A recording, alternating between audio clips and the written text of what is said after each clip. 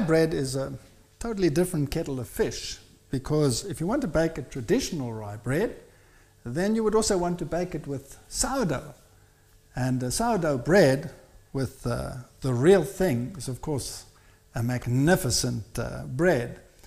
But normally, people like myself who are on the move don't have time to make these things, because it'll take you a week to get the sourdough going, and I cannot wait a week after I come back from a trip in order to make a bread like that. So I've learned to make a cheating rye bread where I skip the whole process and just use normal yeast to bake the bread. But I still want to tell you how to make a sourdough so that you can bake the bread without any yeast whatsoever. Now we're just going to make a simple bread today, a 40% rye bread, but before I do that I want to demonstrate how to make a sourdough. Now you can make a sourdough with many ingredients. You can use potato flour, you can use normal flour, you can use rice flour. There are many ways to make a sourdough, but if you want to make a German rye bread, then it has to be a rye sourdough, or else it's not a rye sourdough. And it's very simple to make, but it's quite a process. You take 1 cup, but you can also make smaller quantities. You can take, sorry, not 1 cup, half a cup. But you could also use a 1/4 cup if you want to stretch the process, because you'll see what will happen in a moment.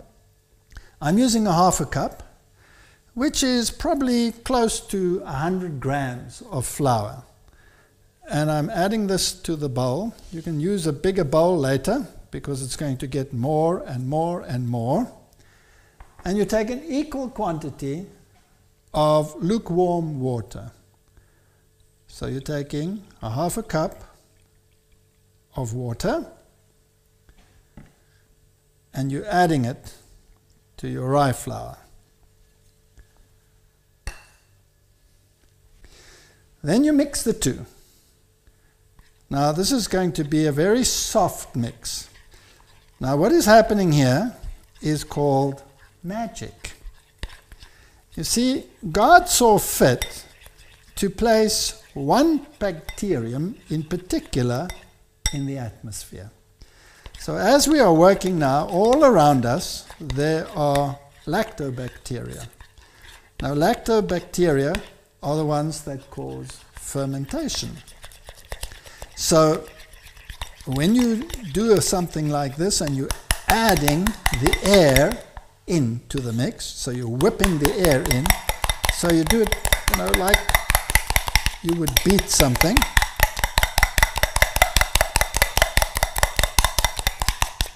Get the air in there, mix it around, get the air in there.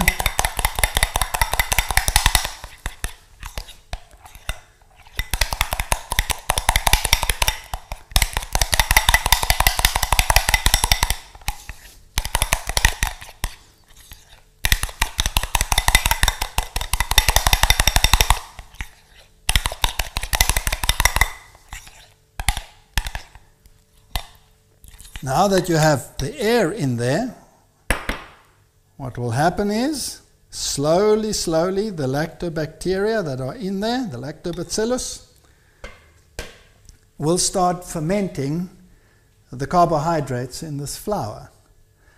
And in the process, they produce lactic acid. Lactic acid is sour.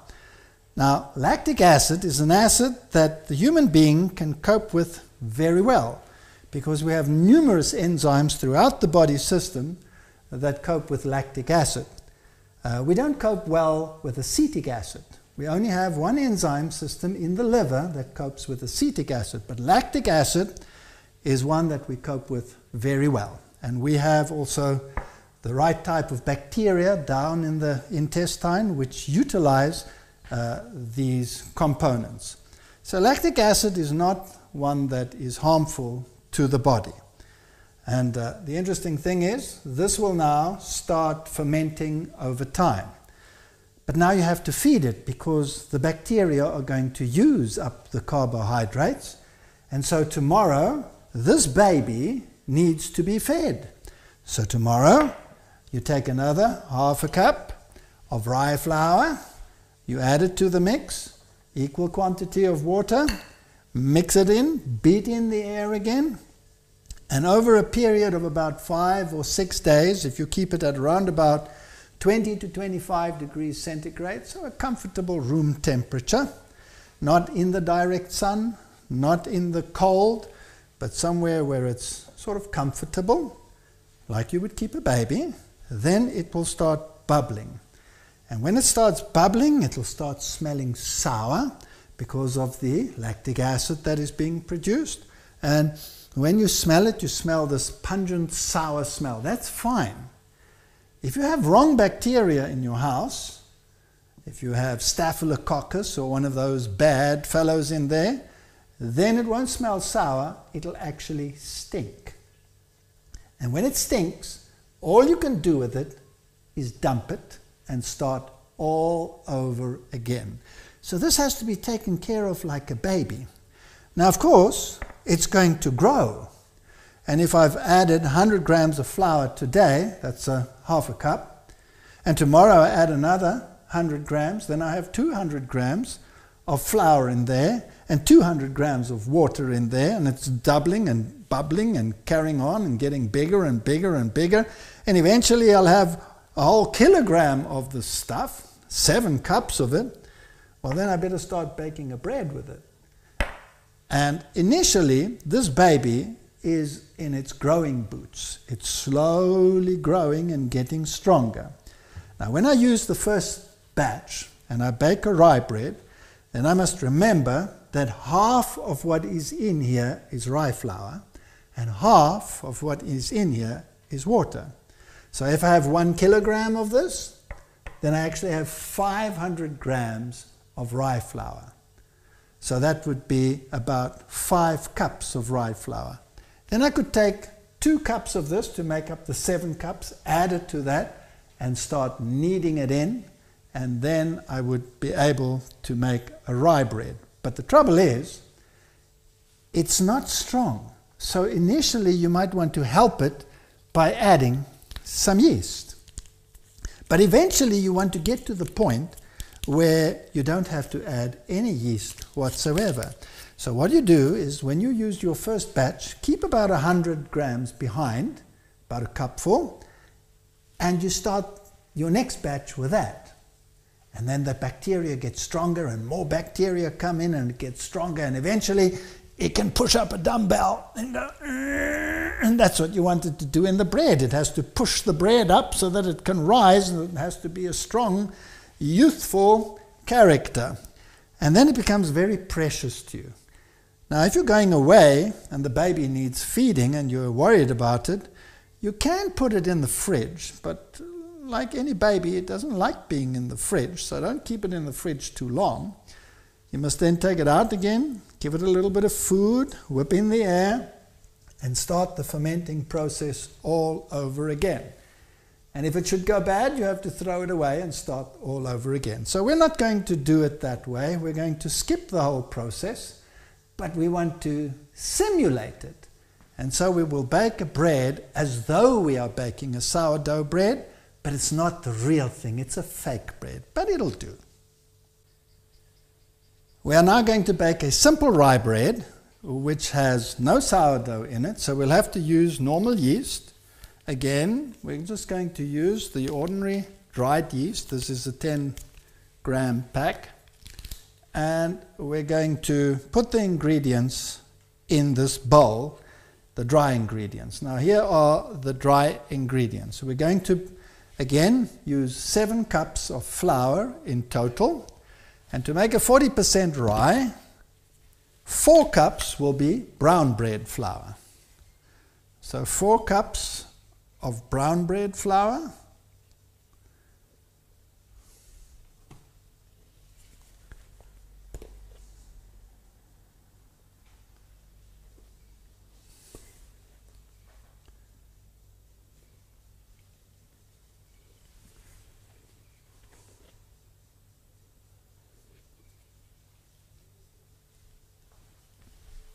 And then to make a 40% rye, we're going to take 3 cups of rye flour. Now it has a totally different consistency. It's finer, it's heavier. 1,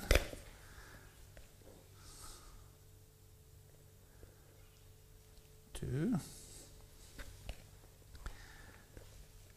And if you look at the color, you can see this is unbleached flour because it sort of has this gray color.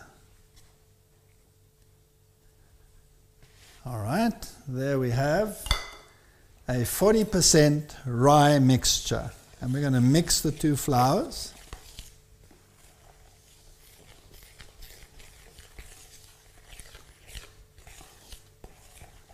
Now we're cheating because we're not using a sourdough, but we're not going to tell anyone, and you really have to know the difference. But once you really bake a sourdough bread one, you will always want to do it, so we won't do that now. But this one is a very good second choice. Good, we need a tablespoon of salt. Bread needs salt. The yeast works better in a little bit of salt. Too much salt, then you inhibit the yeast again. So 1 tablespoon of salt to the mixture.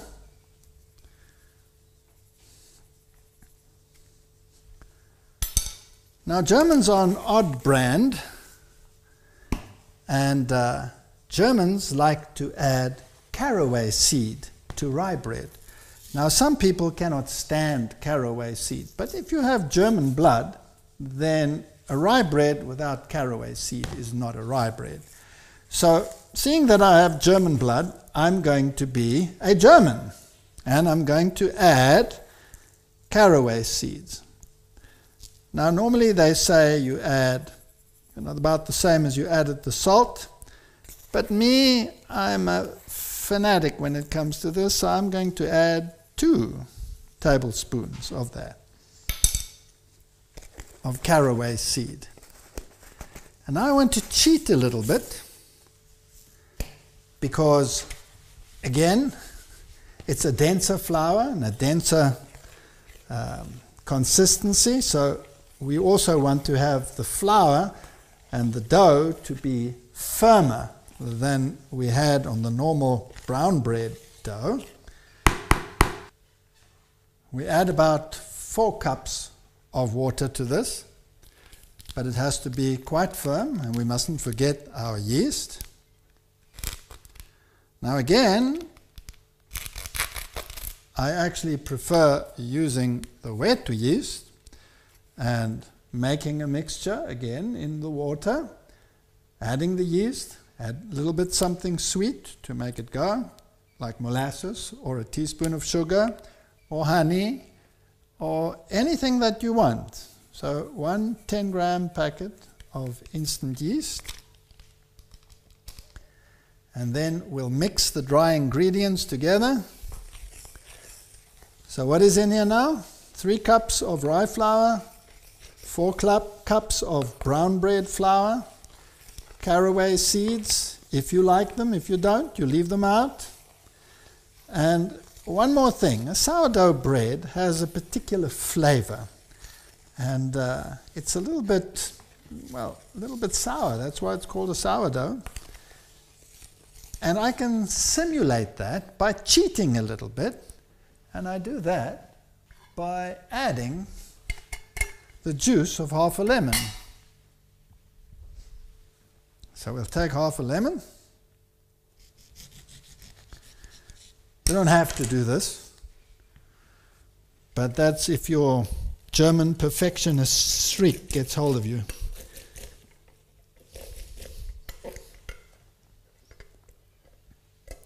I'll just add it to the water.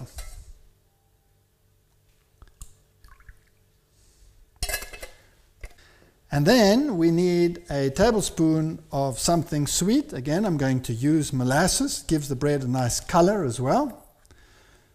But as I said, you can use anything. And even if you want to liquidize a fruit, like an apple or something like that, and put it in there. So this is a rapid rye. simulating the sourdough,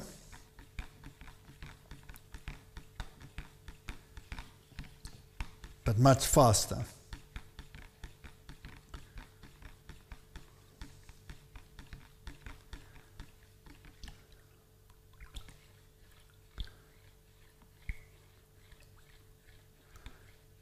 Now, because there's rye flour in this, it's going to be a lot stickier when you mix it. So it takes a little bit more effort to wash your hands afterwards again to get it all off. But again, if you want to be a real bread baker, then you must use your hands to do this. And we'll see there's a totally different kneading process in the end as well.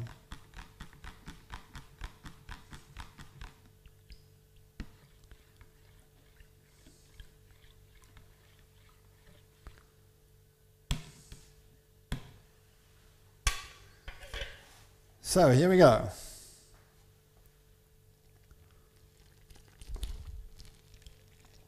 I'm not going to add all the water.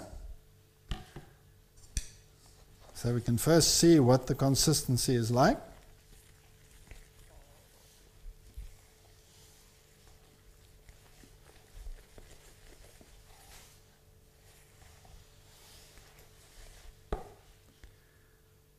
And we certainly can add all of it.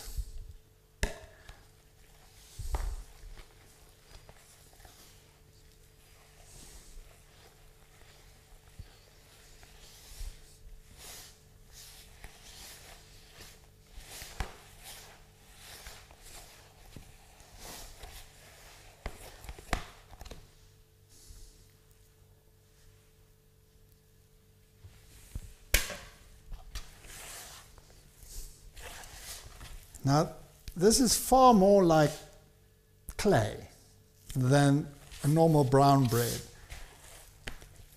because the consistency of the rye flour is totally different.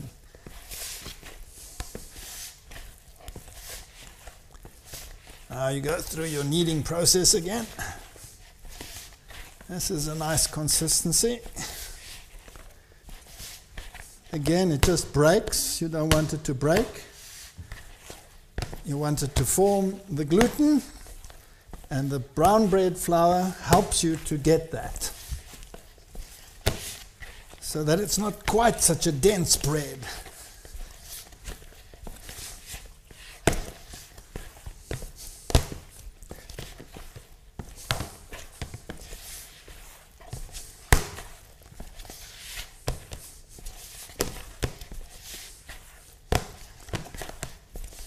Now, rye bread needs far more elbow grease than the other one. And we're going to make a freestanding bread. So once we've allowed this mixture to rest a while, we'll go through a second kneading process.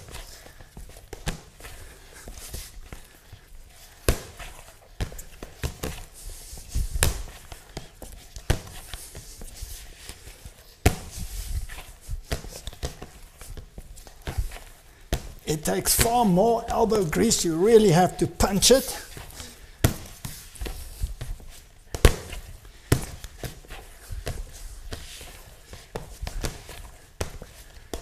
Now, if you were to make a 60% rye or 100% rye, it would be even stickier than this.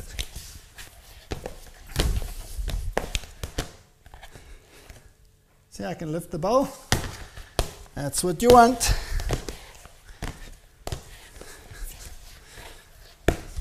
Of course, you can use a machine, again, if you want to. If you have one with a nice hook on it, you can do that. But that's cheating.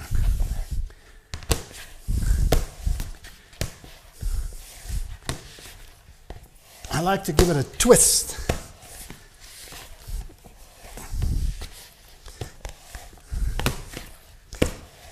And the twist should get tougher and tougher as you go along.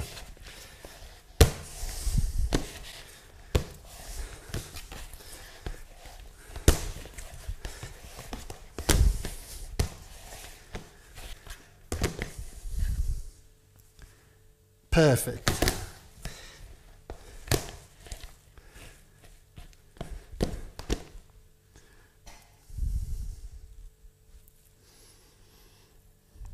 This is very sticky stuff. So we just cover it up and let it rest until it has risen about double. Our rye bread has now risen beautifully. Let me show you. Look at that. Well, you can see that that can make 2 rye breads, or 1 very large rye bread. But now we first have to go through a process. Now normally when you have everything that you need for a rye bread, you have baskets in the shape of a rye bread, and you can buy them at specialty baking stores.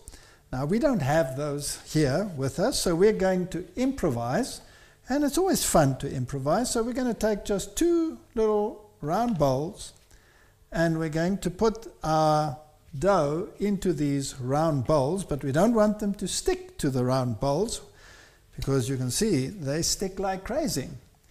So what we will do is we will take something like cheesecloth, and we will pop it into this bowl.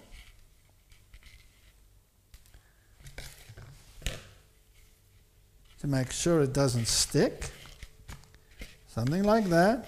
Now if you had the nice little woven baskets, then it can also give those shapes to the rye bread and the lines and everything that makes the rye bread look so good. We'll just put it in there, and we'll add lots of flour. You can add brown bread flour, or you can add white bread flour. It doesn't really matter. It's just not to make it stick. And we'll put that around there. And we'll do the same with the second one. And we'll put some flour in that.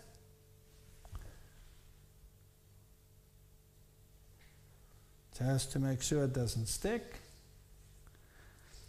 And then we have to mix and knead this dough. Now we can take rye flour, or we can take ordinary flour.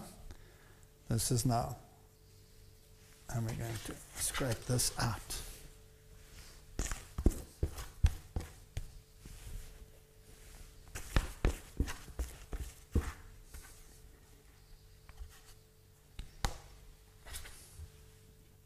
Now I'm going to put some flour down here for myself, and I'm going to put it on this table.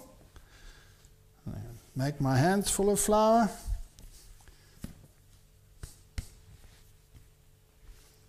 Put some flour on top, some more around the side, and just knead it into a sausage. Keep mixing the flour in.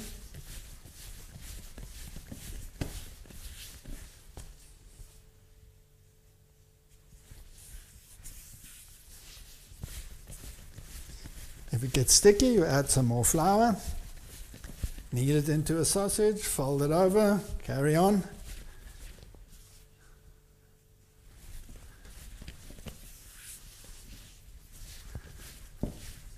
This is like pottery.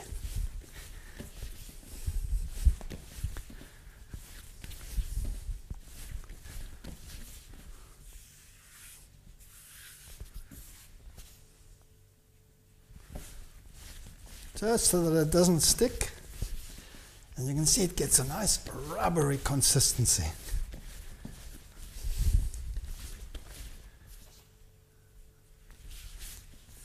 So this is totally different from the very simple brown bread.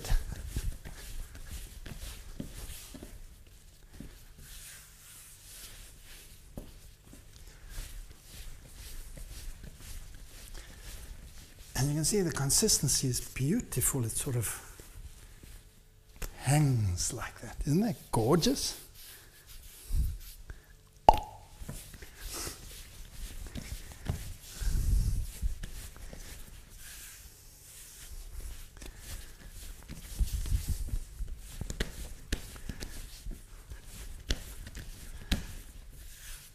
Now if this were baked with sourdough, well, then it would take hours to rise, and if it's a little bit cool, you might want to do this just before you go to bed, and see what it looks like tomorrow morning.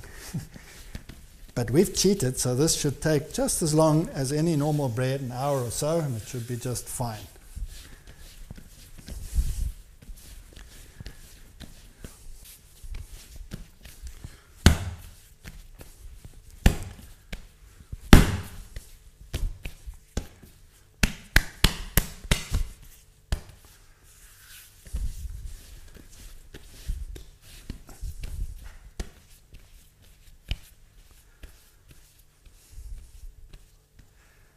Now I'm just going to cut this in half.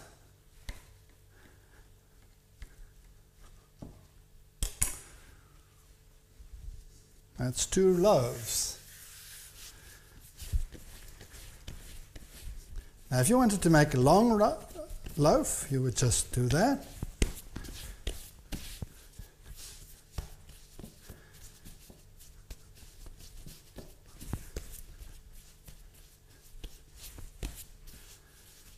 And you would put that into a little basket, like that, and let it rise, double. Then you'd have 2 loaves of rye bread.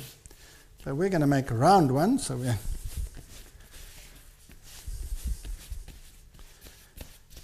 just going to make a round little bowl like this.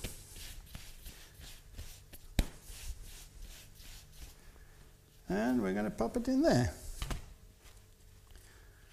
And we're going to let it rise in there. And the only reason why we do that, you can just put it on a plate too, but then it tends to go very flat. This way it has to go up. I will do the same with the second one.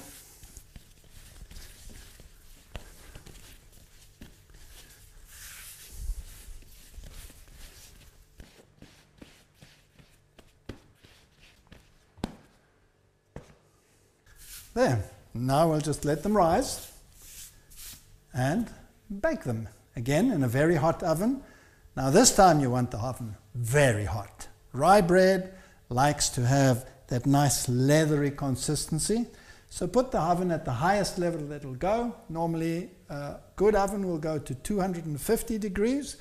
That's almost 500 Fahrenheit. That's very hot. And you put it in there and bake it in that hot oven.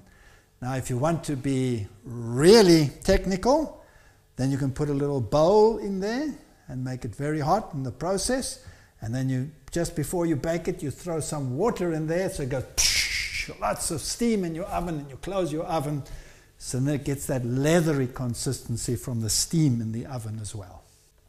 Of course you're not going to leave it at 250, you're just waiting till the shape is stabilized.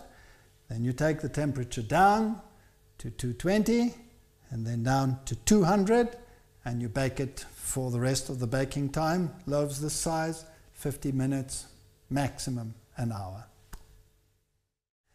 Well, our rye bread has risen beautifully in our makeshift bowls. We did this just to show you that you can use anything. You don't have to use all the fancy equipment. It's nice to have it, but if you don't have it, then it doesn't matter. Doesn't that look gorgeous?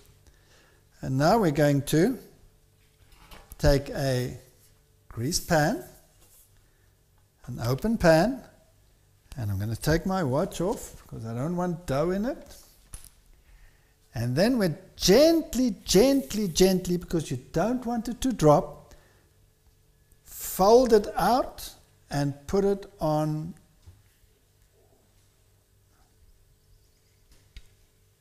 very gently.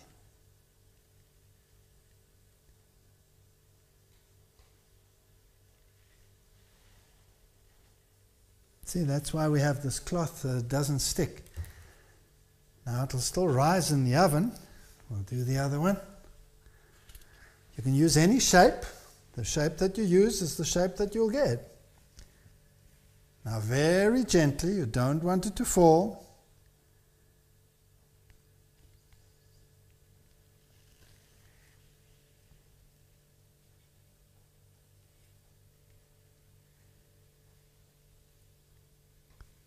There we go. And straight into the oven.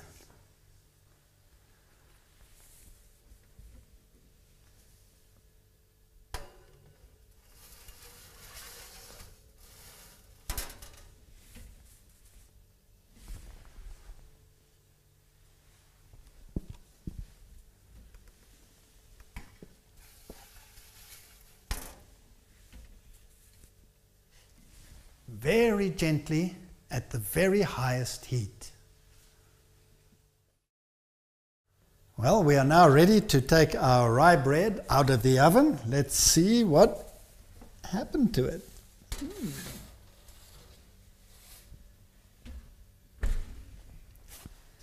It's a nice round little rye bread.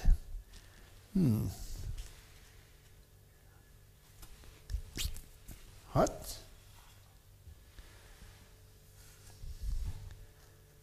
Let me just put it there and show you. It's nice and light. It has risen. You could, if you wanted to, before you put it in the oven, give it a cut. But I normally just leave it, and it doesn't matter if it rises there a little bit. That's fine. And I think it came out nice. It's got a nice hollow sound, so it rose very nicely. Oops, it's hot. And I think it's just beautiful. So we'll just leave it there, cover it up, let it cool down, and then we will eat it. Well, this is our little rye bread that we baked. You can see that it's pliable now, that it's cooled down. And we're just going to cut the slice as we did. And you can see the surface is different to the brown bread. And, well, we can look at the edge here. And again, you can see how pliable and bouncy it is.